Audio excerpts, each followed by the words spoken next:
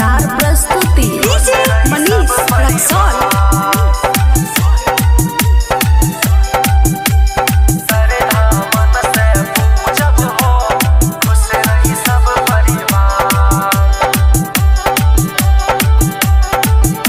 खुशी recording studio बलुआहा।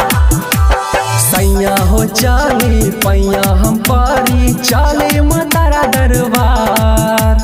सैया हो चाली पैया हम पारी चाले मातारा दरबार। श्रद्धा मन से पूजब हो खुश रही सब परिवार।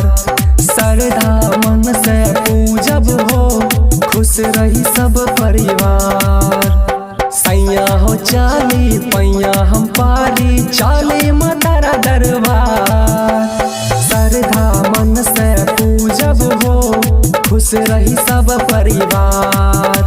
श्रद्धा मन से पूजब हो खुश रही सब परिवार।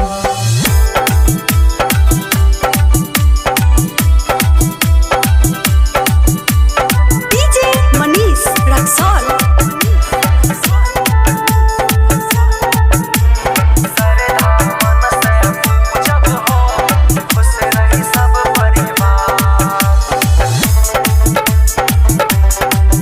खुशी रिकॉर्डिंग स्टूडियो बलुआहा।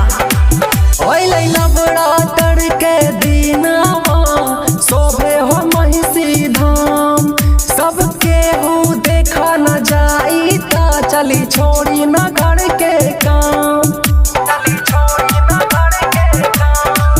ओइले नवरात्र के दिनवा शोभे हो महिषी धाम। सबके हो देखा न जाई ता चली छोड़ी न घर के काम। मनाला न मानवा माई के अंगनवा चला न बस एक बार। मनाला न मानवा माई के अंगनवा चला न बस एक बार।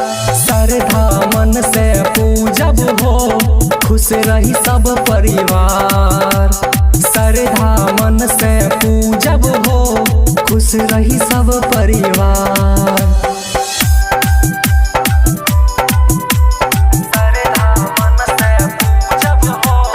डीजे मनीष रक्सौल।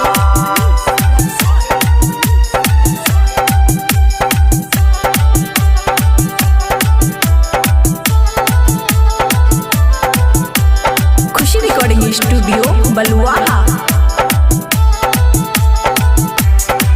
मानव चूना मोना ललानावा माई से हाथ जो। सबके हो माई के सुना था सुना लेती न माई मोर। मानव चूना मोना ललानावा माई से हाथ जो।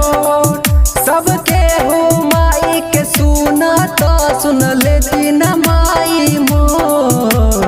पीरिस देवार बा कहे बरम्बार बा ना करे इनकार।